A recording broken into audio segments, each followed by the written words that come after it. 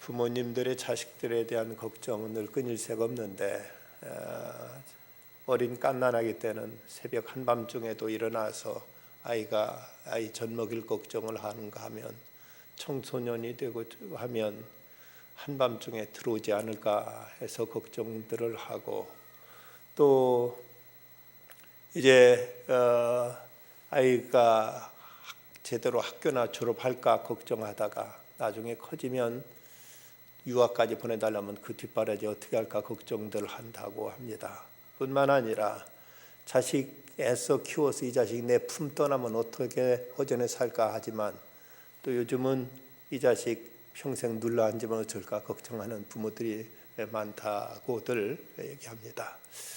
때가 되면 부모 곁을 떠나야 되는 것이 이제 그 사람이고 그래서 또 자기 삶, 자기 자리를 구축해 가야 되는 것이 이제 성숙한 사람들이 이제 나가는 길이라고 말할 수 있습니다.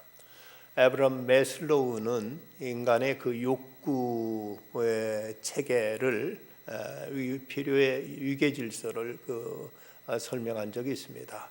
사람이 이런저런 소원들 많이 가지고 있지만 그것도 사실은 어떤 질서가 있고 체계가 있다는 겁니다. 가장 원초적인 욕구는 어쨌든 먹는 것, 마시는 것, 우리 생존에 필요한 것들이죠. 이것이 우리들의 일차적인 욕구라면 다음 단계에 가서는 어떤 안전에 대한 욕구 또는 어떤 편리함에 대한 욕구들로 점점 이제 벗어나게 됩니다. 첫 번엔 먹는 문제만 해결되면 문제가 없었다 싶었는데 이제는 집도 좀 아름답게 꾸미고 좀 더 이제 음식도 골라 먹고 건강을 위해서 모든 걸 챙기게 되는 이런 상태로 이제 나가게 됩니다.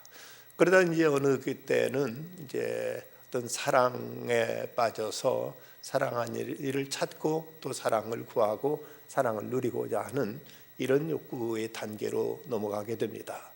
그리고 나서 마지막 단계 욕구는 어떤 것인가? 자기 실현의 욕구로 이제 이어진다고 합니다.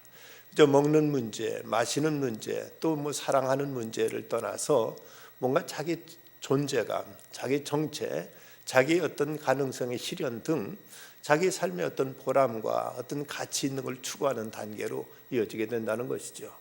그래서 사람은 밥을 먹고 살기보다는 보람을 먹고 산다는 말처럼 무엇인가 이제 가치 있고 보람 있는 그것을 추구하는 해나가는 것이 사람들의 마지막 욕망의 단계라고 에브럼 매슬로우는 이렇게 설명한 바가 있습니다. 그걸 보면 오늘 말씀에 나오는 이 야곱의 경우도 역시 같은 패턴으로 이어지고 있는 것을 보게 됩니다.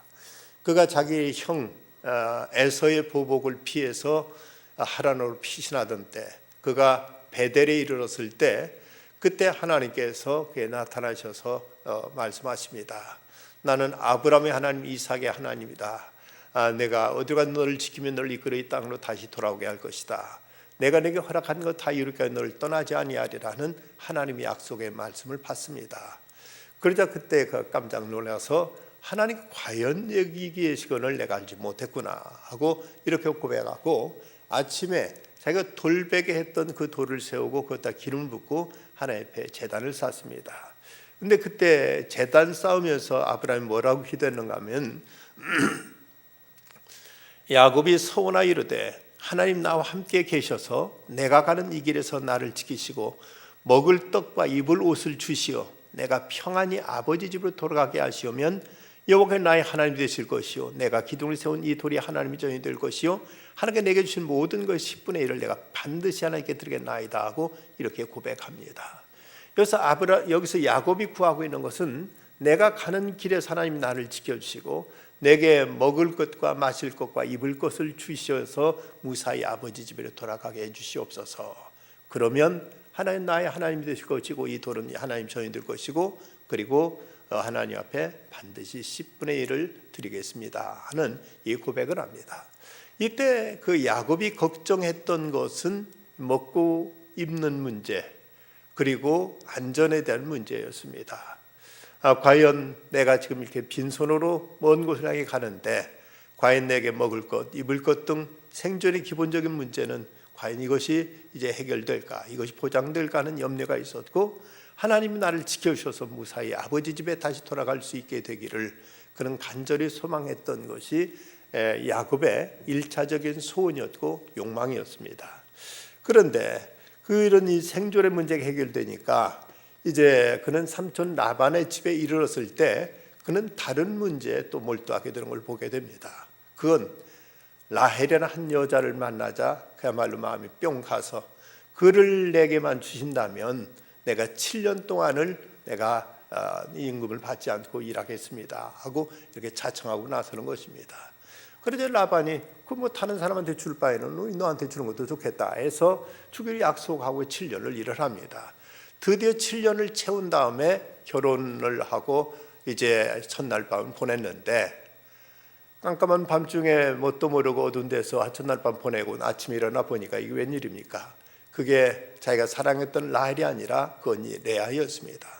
그러자 야곱은 이걸 가지고 이제 라반한테 화를 내며 항의를 하지만 이 지방에서는 동생을 언니보다 먼저 준 법이 없다. 네가 원한다면 내가 7년을 더 섬기라.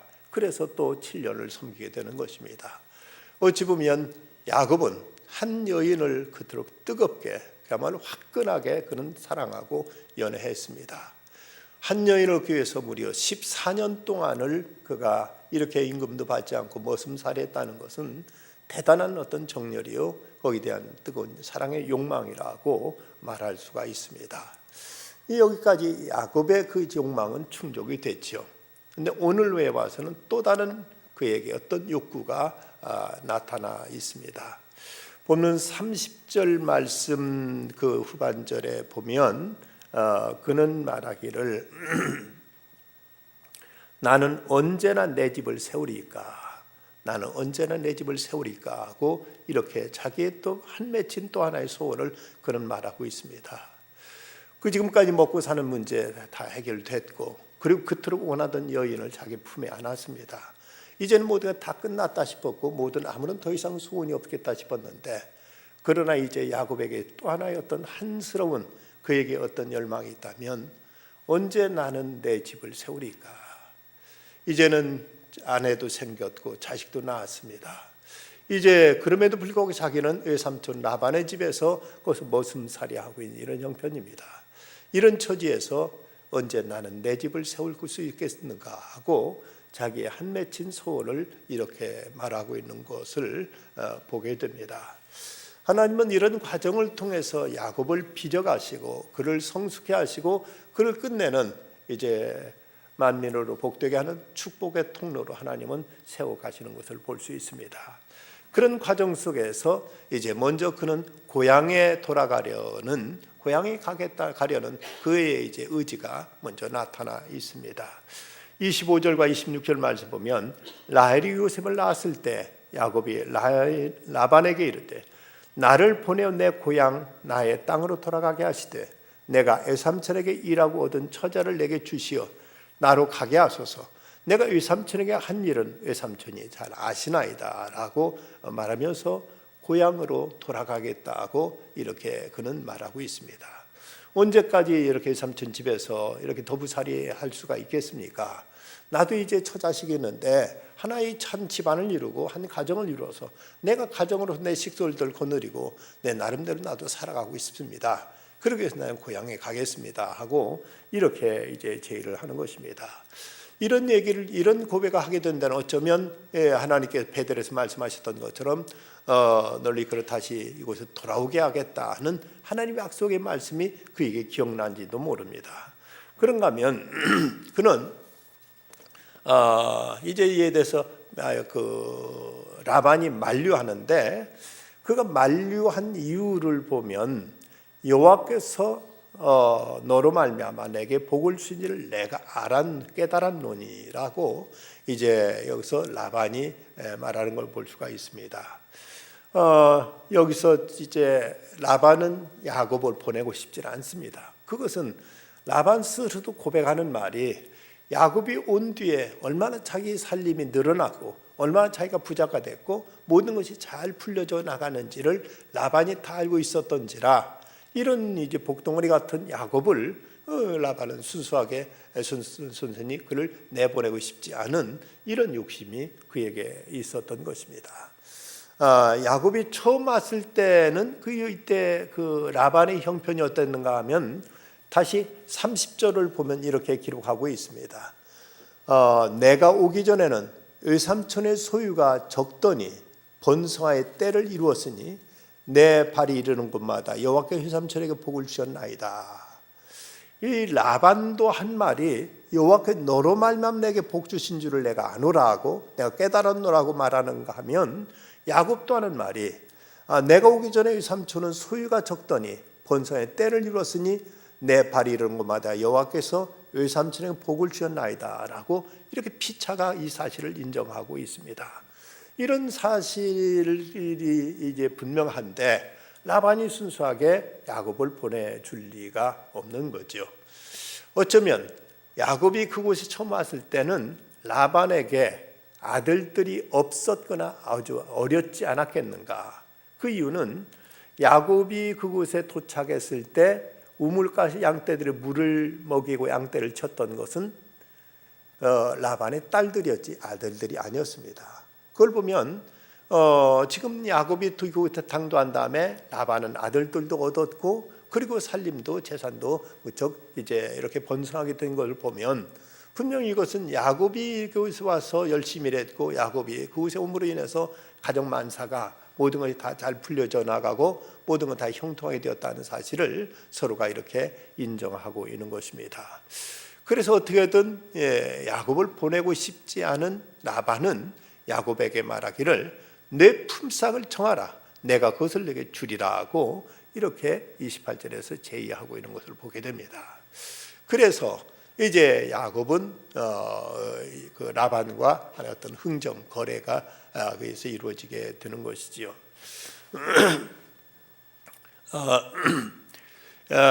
이때 이제 라반은 야곱으로 인해 복받았다는 사실을 부인할 수 없기 때문에 무엇을 원하는지 묻자 야곱이 대답한 말이 본문 32절에 보면 31절과 2절에 이렇게 기록하고 있습니다. 외삼촌께서 내게 아무것도 주시지 않아도 나를 위하여 이 일을 행하시면 내가 다시 외삼촌의 양떼를 먹이고 지키리다. 그러면서 이제 구체적으로 품삯을 제시하는 거 32절인데 오늘 내가 외삼촌의 양떼를 두루 다니며 그 양 중에 아롱진 것과 점 있는 것과 검은 것을 가려내어 또 염소 중에 점 있는 것과 아롱진 것을 가려내리니 이것은 다 내 품삯이 되리이다 라고 이렇게 말합니다. 지금 라반의 그 많은 양떼와 염소떼들 가운데서 그 가운데서 아롱진 얼룩진 것, 또 점 있는 것, 검은 것 이런 것을 가려내서 이것만 이제 야곱이 자기 것으로 해달라고 이렇게 말합니다. 양 같은 경우는 흰색이 우성이고 검은색이나 점 있는 것은 열성이기 때문에 잘 태어나질 않습니다. 거기가 양떼들 보면 다 흰색만 있는 거죠.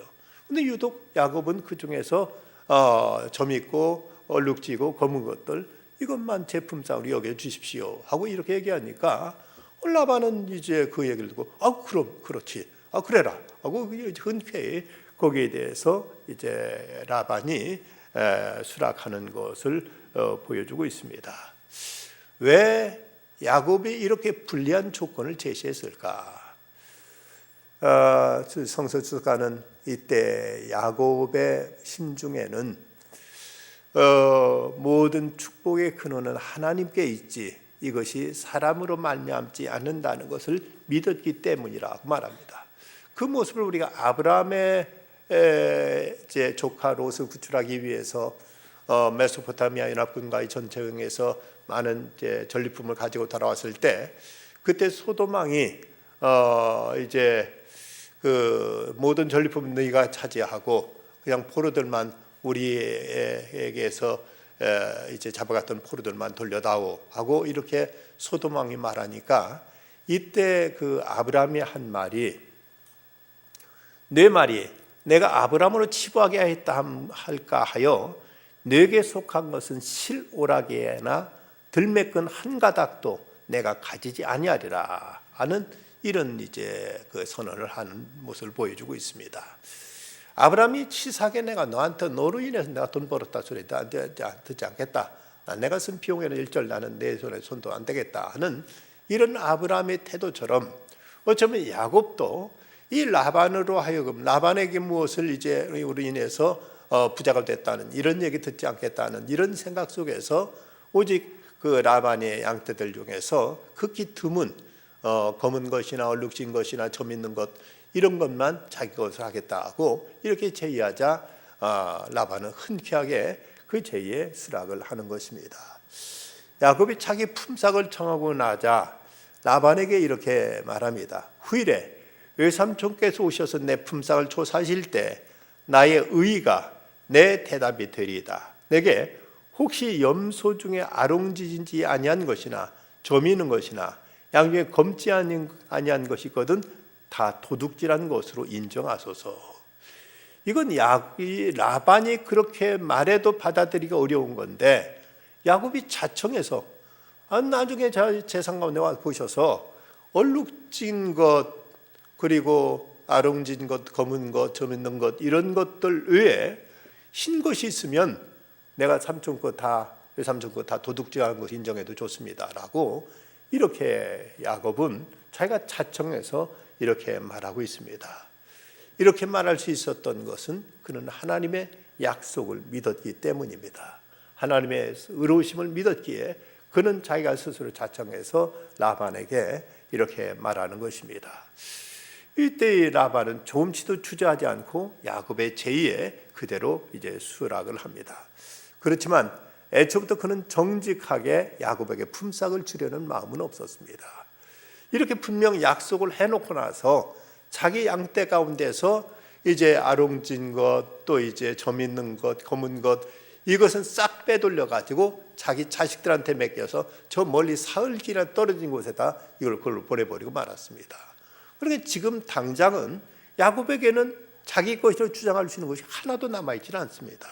지금 야곱은 완전히 빈털터리가 돼 있는 셈입니다. 이처럼 이제 라반은 아주 간교하고 약삭빠르고 이기적이고 비양심적인 인물인 것이 거듭 드러나고 있습니다. 여기에 대해서 라헬과 레아, 라반의 두 딸들도 31장에 가서 뭐라고 말했는가 하면 31장 14절 15절에 보면 라헬과 레아가 그에게 대답하여 이르되 우리가 우리 아버지 집에서 무슨 분깃이나 유산이 있으리요. 아버지가 우리를 팔아 우리의 돈을 다 먹어버렸으니 아버지가 우리를 외국인처럼 여기는 것이 아닌가. 이렇게 딸들이 말한 걸 보면 그 딸들까지 자기 아버지가 얼마나 깍쟁이고 얼마나 욕심 많고 얼마나 딸들까지 팔아먹은 파렴치한 비양심적인 사람인가 하는 것을 딸들도 이것을 인정하고 있는 모습을 보이고 있습니다. 이렇게 됐으면 당연히 이제 라반은 재산이 점점 더 부자가 되고 또 야곱은 이제 거기까지 빈털터리가 됐어야 될 텐데 하나님의 섭리는 그러지 않은 것을 우리가 볼 수 있습니다. 한 골동품 장사가 시골을 가다가 어느 주막에 들려서 식사를 하면서 보니까 이 들에 저 마당에 있는 개가 이제 매 있는데 개 밥그릇이 완전히 옛날 아주 값비싼 도자기더랍니다. 야, 저걸 어떻게 사야 될 텐데, 저걸 어떻게 내 찾아야 될 텐데. 근데 저걸 팔려고 하면 틀림없이 눈치채고 안 팔 것 같으니까 이 사람이 꾀를 내 가지고 뭐라고 했냐면 저 그 강아지 나한테 좀 팔으라고 이렇게 얘기를 했습니다. 그러니까 이제 그 식당 주인이 뭐 그럽시다. 아주 값을 비싸게 이제 쳐서 샀는데 강아지를 산 다음에 그 강아지 판 김에 그 강아지 밥그릇도 나한테 좀 주시오. 그것도 돈 쳐드리다 했더니 그 강아지 그 식당 주인이 한 말, 여보시 그건 안 돼요. 내가 저 밥그릇 때문에 내가 개를 몇십 마리나 팔아먹었는데 그러면서 이건 안 된다고 딱 잘라서 말하더랍니다. 이 골동품상은 그 골동품을 알아보는 지식은 있었지만 이 식당 주인은 그 강아지를 파는 지혜가 있었던 것이지요. 라반은 한참 자기 꾀에 이제 야곱을 속여 먹고 야곱한테 주기로 한 것도 주지 않고 빼돌려서 자기 자식들한테 맡겨서 멀리 보내놨는데, 이러면 당연히 야곱은 이제 갈거지가 되고 라반은 점점 부자가 됐어야 될 터인데, 하나님의 섭리는 그렇게 되질 않았습니다. 야곱은 이제 구체적인 행동으로 나섭니다.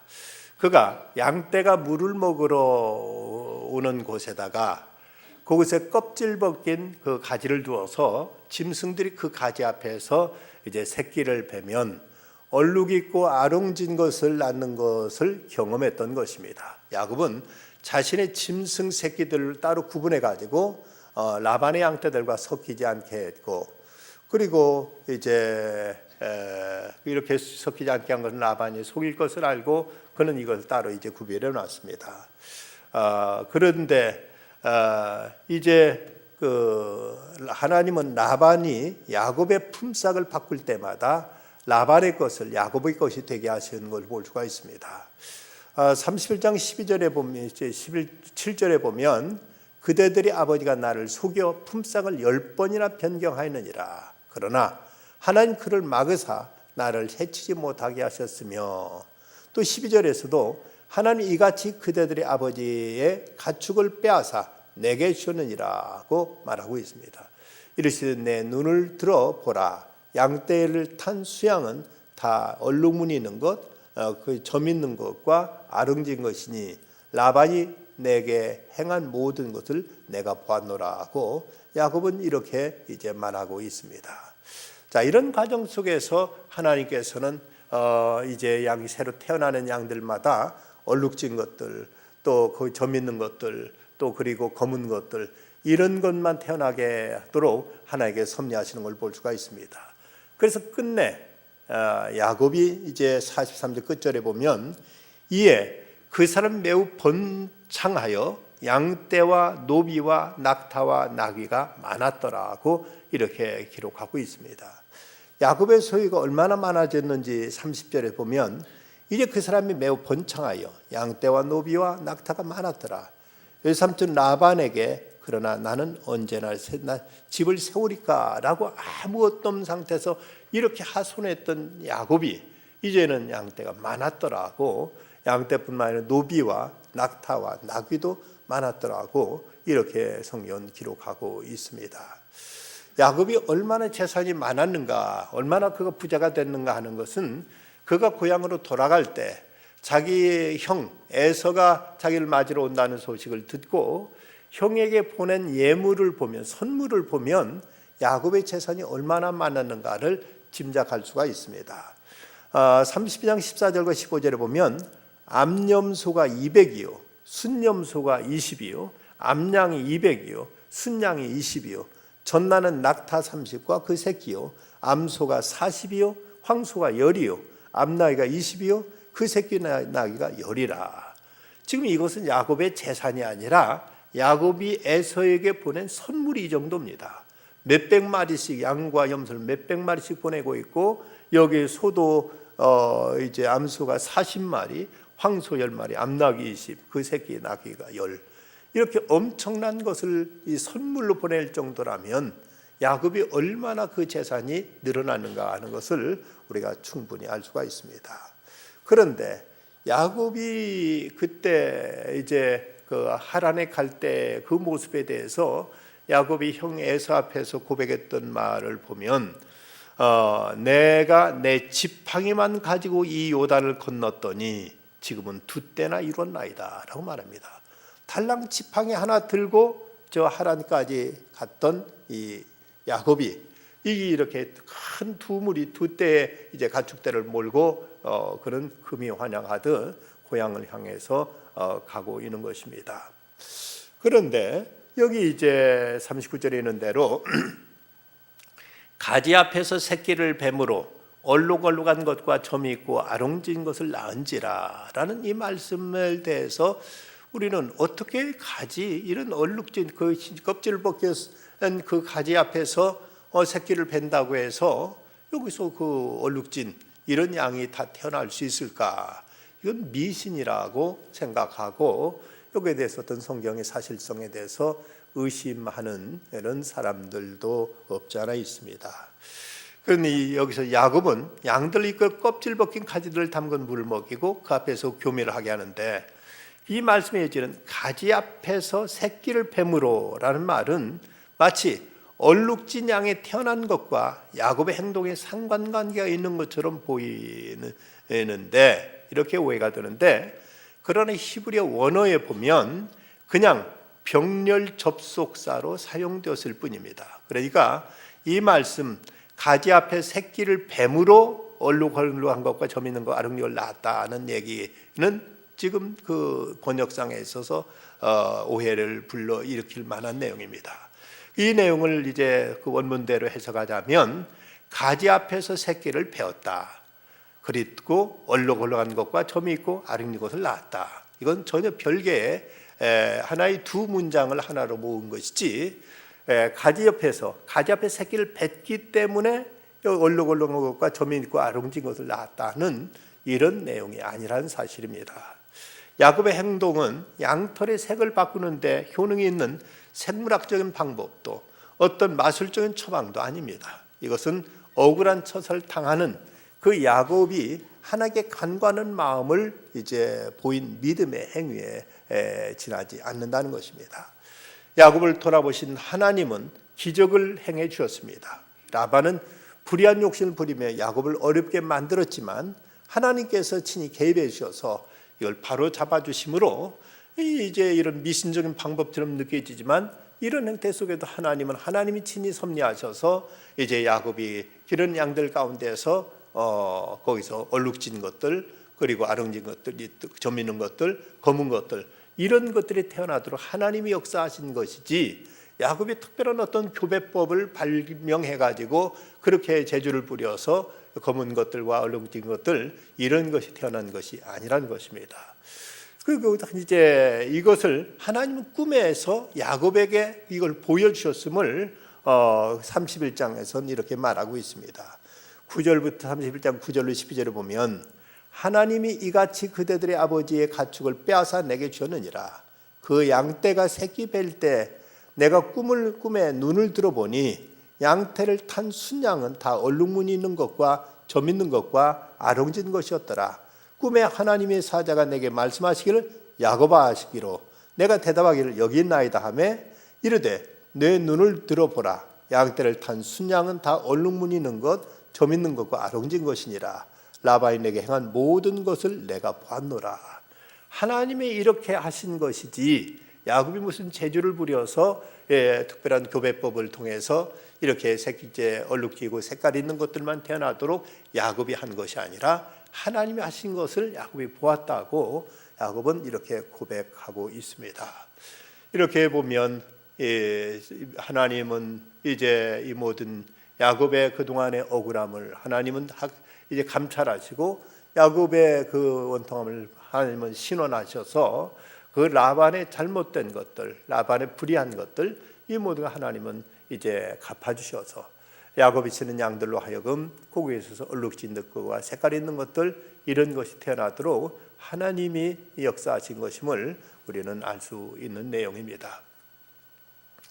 이랜드 그룹의 박성수 회장이 쓴 나는 정직한 자의 형통을 믿는다라는 책에 보면, IMF가 터졌을 때 그는 이제 파산 선언을 하게 됩니다. 그 일을 몹시 그는 괴로웠고 참으로 이제 부끄러운 짓도 있지만, 주변에서 이제 그에게 피신하라는 그런 이제 의견을 받습니다. 그러나 여기서 박성수 회장은 안 된다고 이제 차마 말을 못하고 어떻게 될까 하고 이제 고민하고 있었는데, 이제 감옥에 갈 걸 생각하니까 생각이 까마득했지만, 그보다 더 괴로운 것은 하나님을 믿는 신앙인으로서 믿음 경영을 한다고 나름대로 자부하고 지금까지 이제 해왔는데, 이렇게 자기가 부도를 내고 피신해야 된다는 것이 도저히 신앙 양심상 그는 이것을 받아들일 수가 없었습니다. 그래서 도망가지 않고 버티고 있는데, 그때 손님이 하나 찾아옵니다. 외국의 투자자가 찾아와서 이 회사에 투자를 하겠다는 것이었습니다. 아니 왜 지금 이런 시점에 투자를 하려고 하느냐? 그리고 그때 애국의 이제 투자자는 그 당시 5억 달러나 되는 엄청난 돈을 가지고 와서 우리나라에 투자하겠다고 하는데, 이때 이제 박성수 회장이 그에게 묻기를, 이 돈 같으면 지금 이런 상황에서는 회사를 10개쯤이라도 이제 사들일 수 있을 텐데 왜 우리 회사 같은 회사에 투자를 하려고 하느냐고 묻더랍니다. 그러자 그 투자자가 하는 말이, 그렇지 않아도 자기가 1년 전부터 투자처를 찾아서 5억 달러를 가지고 왔는데 모든 회사들이 다 보니까 장부가 다 이중장부더라. 그런데 이 회사만 회계장부가 단일 장부인 것을 보고 이 회사에 투자하기로 했다고 이렇게 말하더라는 것입니다. 박성수 회장은 그때 도망갔더라면은 그 투자자를 만날 수도 없었을 것이고 그 투자를 이제 받지 못하고 그대로 회사는 넘어가고 온갖 망신 다 당하고 그리고 이제 모든 걸 잃게 될 뻔했는데, 나름대로 믿음을 지키고 나름대로 자기 어떤 신앙적인 신념을 지켰을 때 하나님께 이렇게 해서 회복시켜 주시더라. 정직하게 하면 당장은 손해지만 그러나 하나님께서 보상해 주시고 오히려 더 큰 것으로 갚아 주시더라고 이분은 이렇게 고백한 것을 볼 수가 있습니다. 야곱은 분명 어리석은 방법이요 지혜롭지 못한 선택 같았지만 하나님께서 개입하셔서 그에게서 자르게 태어나는 모든 양떼들은 이제 색깔이 있고 얼룩진 것들이 태어나게 하셔서 이제 하나님께서 그의 재산을 채우셨고 갚아주셨고 그로 하여금 이렇게 거부가 되게 해 주신 것을 성경은 증거하고 있습니다. 그래서 참된 복이라는 것은 실은 그의 그 많은 자녀도 그리고 그의 이렇게 많은 재물도 사실은 아닙니다. 어떤 면에서는 야곱은 자식들 때문에 속도 많이 썩였고 그리고 이 재산 문제 때문에 라반이 쫓아오고 또 이제 형하고 또 조우를 벌이게 되고 여러 가지 많은 어려움을 겪어야 했던 것이 야곱이었습니다. 야곱은 이런 과정 속에서 하나님을 의지하는 법을 배웠고 하나님과 동행하는 법을 배웠습니다. 나는 언제나 내 집을 세우리까 하고 이제 하소연했던 야곱. 내 성경은 말씀하기를 여호와께 집을 세우지 아니하시면 세우는 자의 수고가 헛되며 제가 일찍 일어나고 늦게 누우며 수고의 떡을 먹으면 헛되도다. 그럼 여호와께 그 사랑하는 자에게는 잠을 쉰다고 말씀했습니다. 집을 세우는 것도 하나님이 세우십니다. 우리는 하나님 앞에 정직하게 행할 것이며 하나님의 말씀을 따라 행할 것이며 주님과 동행하는 삶을 살아가게 될 때 하나님께서 이 모든 것을 돌보시고 책임지시고 하나님께서 축복해 주실 것입니다. 야곱은 라반의 비열한 술축에도 불구하고 그는 번창합니다. 어떻게 이런 신기한 반전의 역사가 일어날 수 있었는가? 그건 베델의 하나님이 함께 하셨기 때문입니다. 우리가 이 세상에 여러 가지 불의하고 많은 속임수와 많은 여러 가지 이제 거짓이 난무하는 이런 시대 속에서도 우리가 믿음을 지키고 하나님을 믿고 의지하고 하나님과 동행하면 하나님께서 우리들의 집을 세우실 것이고 하나님께 우리들의 필요를 채우실 것이고 하나님께 갚아주실 것이고 하나님께 손으로 인도하실 것입니다. 이에 그 사람 매우 번창하여 양떼와 노비와 낙타와 나귀가 많았더라.